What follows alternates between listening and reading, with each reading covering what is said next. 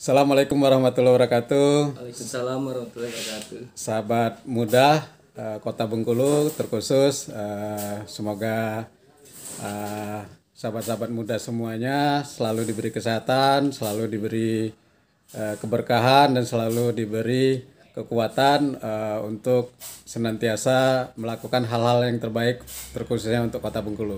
Amin. Nah, kenapa saya agak lebih terkhusus membicarakan anak muda? Karena saya sekarang kedatangan tamu Ketua KNPI Kota. Nah, Ketua KNPI Kota ini adalah beliau ini adalah Supratman. Jadi biasa kita panggil Iwan, dan saya yakin kawan-kawan semua, sahabat channel Sofyan Hardi semua sangat mengenali sosok beliau ini karena beliau ini sangat aktif baik secara di lapangan maupun secara di bermedia sosial. Nah, sebentar lagi kita akan wawancara ringan. Memang kita sedang diskusi ringan siang ini, dan saya berpikir kenapa tidak kita ngevlog saja untuk kita berbagi cerita dengan kawan-kawan yang lain. Nah, nanti kita lebih terkhusus menghadap dengan adinda kita Iwan ini. Assalamualaikum Dindo. Waalaikumsalam pemirsa YouTube Sofyan Hardi. Apa kabar Pak Ketua? Alhamdulillah kabar baik, Bang. Baik ya.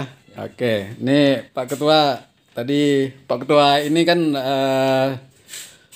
sangat aktif mendatangi kawan-kawan, terutama usianya yang di atas Ketua, untuk berbagi dan bercerita baik secara pengalaman maupun secara untuk dilakukan ke depan di kemudian hari. Nah, saya ini merasa terhormat dengan adinda datang ke sini mengunjungi Kanda. Nah, ini Kanda ingin berdiskusi tentang keadaan kita, terutama khususnya di Kota Bengkulu. Ya.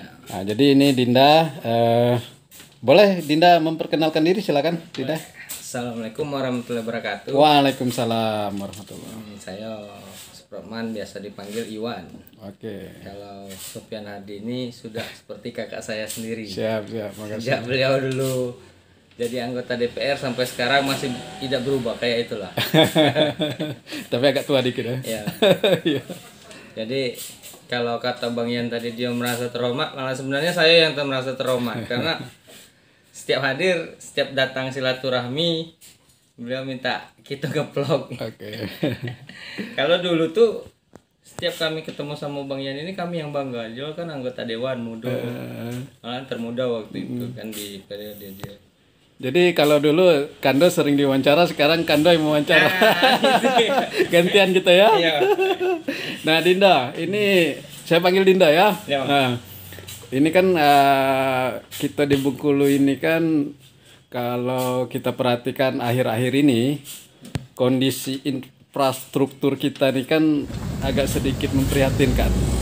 Nah, kita bukan menyalahkan siapa-siapa atau kita memojokkan atau membicarakan siapa-siapa, tapi kita hanya melihat secara nyata dengan kondisi-kondisi infrastruktur, terutama infrastruktur yang berbentuk jalan nih, Dindo. Ya. Nah, tolong minta tanggapan Dindo tentang kondisi-kondisi jalan kita khususnya yang berada di Kota Bengkulu, baik itu jalan milik kota maupun provinsi atau negara. Nah, coba tanggapannya Dinda seperti apa nih?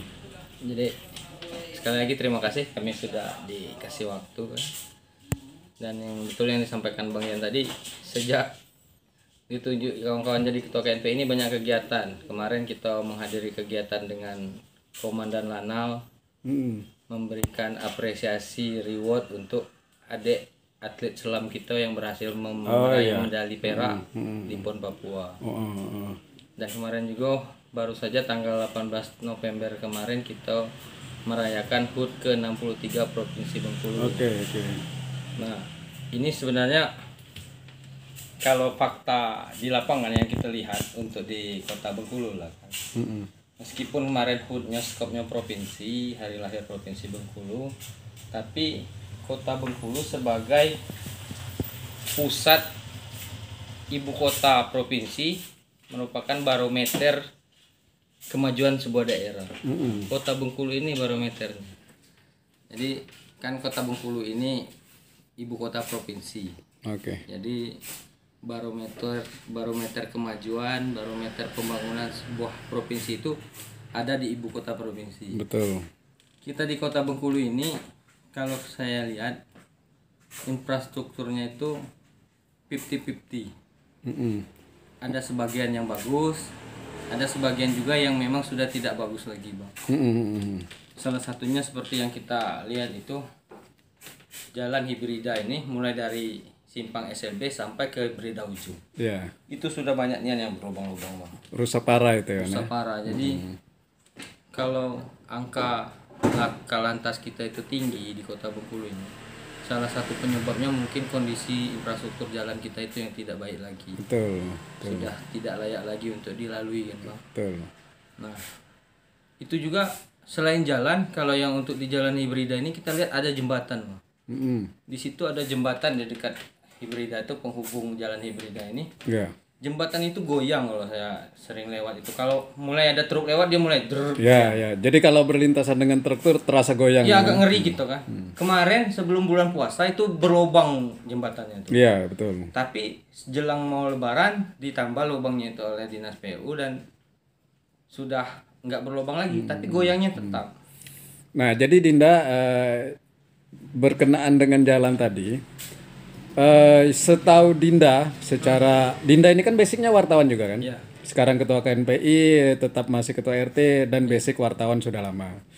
Nah, sepengetahuan Dinda, seperti infrastruktur jalan ini kan ada biaya perawatan nggak mestinya setiap tahunnya? Semestinya ada, Bang. Kemarin Ada ya? saya sebagai jurnalis sempat wawancara dengan Kepala Dinas PU Provinsi Ibu Mulyani Toha kan? Atau Ibu Ning. Nah, kami mempertanyakan bagaimana rencana pembangunan jalan hibrida ini. Ternyata untuk di tahun 2022 itu belum masuk di dalam APBD. Begitu. Sedangkan untuk biaya perawatan jalan itu hanya ada 500 juta, Bang. Bayangkanlah. Perawatan. Ya, anggaran dana untuk perawatan jalan itu dijelaskan Ibu Ning Kepala Dinas PU itu hanya ada 500 juta. Dan itu akan dibagi untuk 10 kabupaten kota. Artinya kalau dibagi 10 itu cuma 50 juta per kabupaten kota, Bang. Biaya perawatan. Iya, mana mungkin mau nampal jalan sepanjang itu tuh selesai 50 juta. Betul. Sementara kami kemarin sempat wawancara sama Ketua Komisi 3 yang juga anggota Banggar DPRD Provinsi Pak Sumardi itu. Kata beliau untuk memperbaiki ruas jalan hibrida ini mulai dari simpang SLB sampai ke Simpang Sepakul. simpang hibrida Hibrida ujungnya. plus jembatannya itu paling tidak dibutuhkan anggaran sekitaran 25 miliar. Itu rapan ya. Ya, rapnya itu dibutuhkan sekitar 25. Sementara yang ada anggaran ini cuma 500 juta dibagi 10 kabupaten kota tadi kan, Bang, untuk 2022. Oke. Jadi anggaran itu kan dibutuhkan 25 M. Dan belum ada dananya itu. Itu untuk anggaran tahun 2022 kan ya? Ya. Karena kalau mau dikerjakan di tahun 2021 ini udah nggak kekejar lagi. Sekarang udah November, Desember, udah mungkin lagi itulah. Jadi anggaran untuk perbaikan terkhususnya jalan hibrida itu di tahun 2022 ini ada apa enggak, Wan? Kalau yang sepengetahuan Iwan? Kalau di APBD murni ini belum ada. Belum ada ya? Ya, Kak, itu tapi dari hasil wawancara kemarin dengan Pak Sumardi dengan Ibu Ning. Tapi nggak tahu kalau nanti di APBD perubahan tahun 2022 nanti dimasukkan, kita nggak tahu. Tapi yang jelas sekarang. Kalau perubahan berarti udah lewat pertengahan tahun ya? Ya, tapi Bang kondisinya sekarang ini APBD kita ini defisit, Bang. Dari 2,9 triliun yang ditargetkan kemarin, APBD kita untuk 2022 ini hanya 2,7 triliun. Itu provinsi artinya kan? Defisit, ya, artinya provinsi ini defisit ada sekitar 200 miliar. Nah, untuk membangun infrastruktur jalan itu bukan hanya kota, nanti kabupaten. Kondisi keuangan kita aja defisit, Bang. Gimana kita nak bangun? Bahkan banyak ini para anggota Dewan Provinsi itu yang sempat berstatement mau bangun apa anggaran kita segitu katanya. Nah, kalau secara Iwan sendiri sebagai anak muda mewakili terkhususnya kawan-kawan dari KNPI. Nah, kira-kira solusi masalah jalan kita yang infrastruktur sekarang ini sudah banyak rusak dengan anggaran yang memang sangat minim, boleh dibilang tidak ada. Kira-kira kalau menurut kawan-kawan dari KNPI terkhususnya secara pemikiran solusinya apa kira-kira? Sebenarnya solusinya ada kalau menurut kami, tapi entah, saya yakin juga, tapi pemimpin kita di provinsi ini paham kondisi itu kan. Saat kita nggak punya anggaran, kita harus berani membuat kebijakan lah pemimpin itu. Kebijakannya seperti apa? Larang aja truk-truk banyak ini masuk ke jalan di kota ini, di ruas kota itu. Buat rambu-rambu larangan, jangan melintas di jalan hibrida. Kan salah satu penyebab faktor rusak jalan itu bang, angkutan truk batu bara. Betul. Enggak, mereka dijaga siang, mereka keluar malam. Betul, kucing-kucingan. Nah, yang kayak gini bang, yang kadang kita jadi pemerintah kita, pemimpin kita harus berani buat gebrakan, buat kebijakan, larang truk-truk itu melintas di jalan-jalan protokoler di dalam kota ini. Kenapa kok mereka itu dibiarkan terus? Sementara kontribusi perusahaan itu apa untuk daerah? Jadi memang salah satu yang mempercepat kerusakan jalan di Hibrida ini, kalau yang kita pantau dan Dinda pantau juga, itu karena banyak mobil-mobil besar yang lewat situ ya. Iya Dinda, bang, itu tonasenya angkutannya berapa itu? Apa? Nah lalu kalau misalnya pemerintah memberi kebijakan untuk pelarangan melewati Hibrida, solusinya mereka itu lewat kemana? Ya dibuatkan jalur khusus lah bang. Artinya kan butuh biaya lagi, Dinda. Ya nggak apa-apa bang, daripada kita setiap tahun harus mengeluarkan anggaran untuk perawatan dan sekarang kan kondisi keuangan kita defisit bang. Selain kita harus membuat kebijakan larangan melintas itu tadi untuk kendaraan bertonasi besar tadi, sebaiknya pemerintah daerah ini minta kepada perusahaan-perusahaan yang mempekerjakan truk-truk itu tadi mengeluarkan dana CSR-nya, perbaiki jalan-jalan yang ada di dalam kota ini. Nah, menurut Dinda, itu perusahaan-perusahaan itu selama ini ada nggak memberikan semacam kontribusi, baik untuk perbaikan infrastruktur tadi ataupun untuk hal yang lain? Kontribusi Kalau dari saya lihat kontribusi mereka itu memang cenderung lebih mungkin ke PAD bang ya. Mereka masuknya lewat sektor pajak, pajak kendaraan kan mungkin kan, kemudian pajak perusahaan. Mungkin masuk untuk kontribusi daerahnya ke sana, dan saat ada musibah bencana itu saya lihat petinggi-petinggi yang memiliki usaha truk-truk ini, mereka adalah turun-turun ke masyarakat memberikan bantuan. Tapi sebenarnya bukan itu. Bukan itu yang kita harapkan dari mereka itu. Mereka itu ikut menjaga infrastruktur jalan kita, jembatan kita, mereka ikut sama-sama melakukan untuk perawatannya. Jangan hanya mau melewat di sana aja, kemudian yang mereka keluarkan biaya-biaya hanya untuk seremonial bantu-bantu warga banjir. Itu kan nggak seberapa bang. Semestinya mereka ini mereka kumpulan setiap perusahaan itu, mana nih ruas jalan yang sering dilalui truk kita nih, Hibrida, wah ini berapa titiknya, itu berapa biayanya, kita anggarin yuk dari CSR untuk perbaiki. Kan bisa gotong royong kayak gitu bang. Dan tadi saya bilang juga, seperti di Jalan Danau itu, kawan-kawan kemarin dari Tobo Brondo itu sempat menyampaikan sama saya tuh, rombongan si Ceng sama Zuan itu, kata mereka, kok kenapa nggak dibuat rambu-rambu larangan aja, jangan melintas di sini. Atau kalaupun memang mau melintas, tonasenya tuh harus sesuai dengan kemampuan jalan. Kalau kemampuan jalan kita cuma bisa dilalui kendaraan dengan tonase 3 ton, sementara yang lewat di sana tuh tonasenya sampai 5 ton, itu kan mempercepat kerusakan. Betul.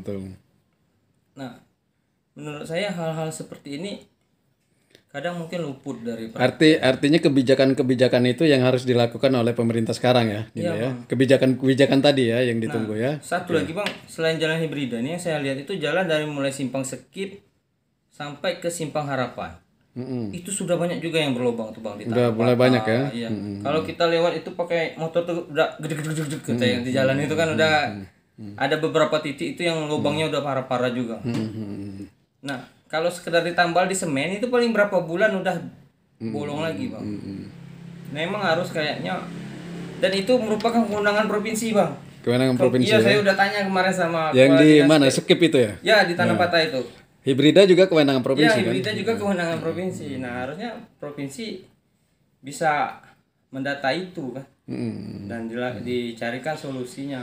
Nah kalau kita bicara jalan yang terutama kita obrolkan untuk di hibrida tadi Dindo. Nah itu kan kalau Kando lihat itu kan sekarang ini sama pihak PUR kalau nggak salah itu sudah di lobang-lobang dan diserakin koral di lobang itu. Iya saya juga Nah, lihat tapi- udah ditanda-tandai di nomor-nomor kan. Tapi setelah itu sudah kayaknya tidak ada kelanjutan atau apa gitu kan. Nah, kalau saya perhatikan dengan koral yang berserakan seperti itu juga itu tidak baik karena membahayakan juga karena bisa bisa licin. koral-koral itu bisa licin dan bisa apa ya kalau bahasa kita tuh bisa ini kena ujung ban itu kan bisa melenting gitu. Iya, Nah, itu kan ngeri gitu kan. Nah, ini Harusnya cepat itu langsung dikerjakan, jangan dibiarkan lama-lama kayak gitu kan. Nah minimal kan kalau memang secara untuk sementara selain diaspal kan bisa di semen misalnya kan Dinda. Nah itu pendapat Dinda cak mana tuh yang koral berserakan ini? Ya harusnya segeralah itu ditambal. Untuk apa sih diserak-serak jalan itu? Itu kan kalau dalam agama kita tuh bang, menyingkirkan satu biji zarah aja itu ada amal pahalanya. Apalagi kalau kita nampal lubang jalan yang berlubang. Betul. Tentu amal pahalanya ada tuh kan. Iya. Nah, kita bang, kenapa sih infrastruktur jalan jembatan kita ini harus diperbaiki bang? Karena saya tengok di kota lah khususnya bang, angka laka lantas itu tinggi bang. Kayak pagi tadi di Pantai Panjang itu udah kecelakaan lagi. Iya ada kecelakaan tadi. Kemarin itu ada kendaraan naik ke trotoar di Tanah Patah itu kan.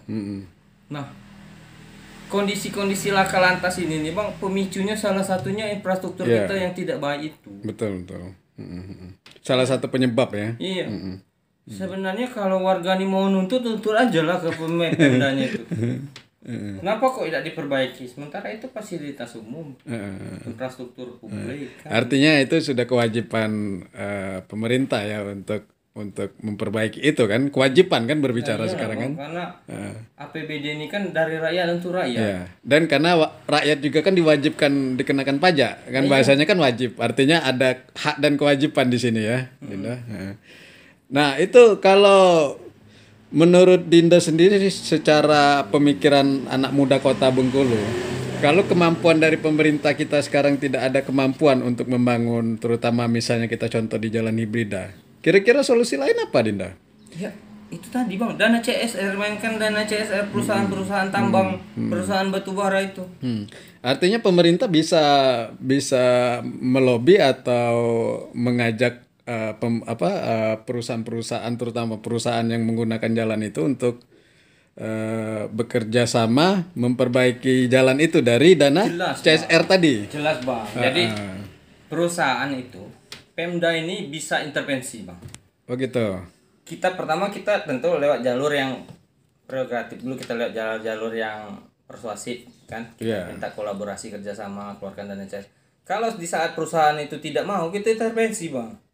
Karena Pemda ini selaku eksekutif, mereka itu punya hak dan mereka bisa mengintervensi. Di saat perusahaan tambang tidak mau, perusahaan batubara, perusahaan angkutan kendaraan ini tadi tidak mau memberikan CSR untuk membangun jalan, jangan dikasih izin lagi mereka untuk mendirikan usaha di provinsi kita ini bang. Kan bisa intervensi seperti itu. Betul. Kalau kalian mau diperpanjang surat izin kalian ini, ya perbaiki jalan yang di sana. Toh kalau keberatan satu perusahaan, suruh mereka kumpul, mereka kan ada persatuannya. Kumpul, nah, sumbangan 1 miliar satu perusahaan, 25 perusahaan, 25 miliar, selesai itu jalan hibrida. Selesai ya. Iya. Sebenarnya ada solusi ya kalau Ada. mau ya. Tapi nggak tahu kalau ya nggak diintervensi kayak gitu. Iya. Oke Dinda, itu tadi obrolan kita tentang infrastruktur jalan ya. Wah, mudah-mudahan ini sharing-sharing yang membangun ya Dinda ya, bukan kita menyerang sesuatu hal atau pihak-pihak tertentu, tapi ini sharing untuk kemajuan kita di Bengkulu, khususnya kota Bengkulu dan provinsi Bengkulu. Sekali lagi masih ada Dinda yang mau disampaikan tentang infrastruktur jalan nih? Mungkin closing statement ya Bang. Oke, silakan. Kita pakai closing statementnya tuh untuk pemerintah daerah hendaknya bisa lebih memprioritaskan pembangunan ini yang betul-betul skala prioritas. Oke. Seperti kondisi ruas jalan hibrida ini, jalan tanah patah. Itu arus mobilitas orang yang melalui jalan itu setiap harinya boleh dihitung. Ribuan itu Bang. Kalau infrastrukturnya nggak baik, sementara mobilitasnya tinggi, tentulah angka rawan kecelakaannya sangat tinggi. Oke. Sebab itu pemerintah harus memprioritaskan untuk membangun jalan-jalan yang mobilitasnya tinggi ini tadi. Karena kita kan ada tuh hitung-hitungan LHR-nya, lalu lintas harian itu kan. Iya. Nah, itulah mungkin saya mewakili suara rakyat lah gitu kan Bang. Kita ngeplok ini kan seperti kata Bang yang tadi bukannya bermaksud mendiskreditkan pemerintah, bukan, tapi kita ini kan menyampaikan aspirasi mungkin solusi-solusi yang menurut kita bisa dilakukan oleh pemerintah. Tapi kalau ternyata ada kendala-kendala yang lain, kita nggak tahu kan Bang. Betul. Tapi ini kan secara nalar, secara rasionalitas kita anak muda yang bisa kita pikirkan tuh seperti itu Bang solusinya. Betul. Mungkin itulah yang closing statement kita hari ini. Oke, Dinda, Iwan, terima kasih atas waktunya, terima kasih atas sharing-sharingnya. Mudah-mudahan ini ada manfaatnya untuk kita kalau ada. Ya, Oke, sekali lagi terima kasih atas waktunya, Dinda. Ya, makasih Bang. Oke, assalamualaikum warahmatullahi wabarakatuh.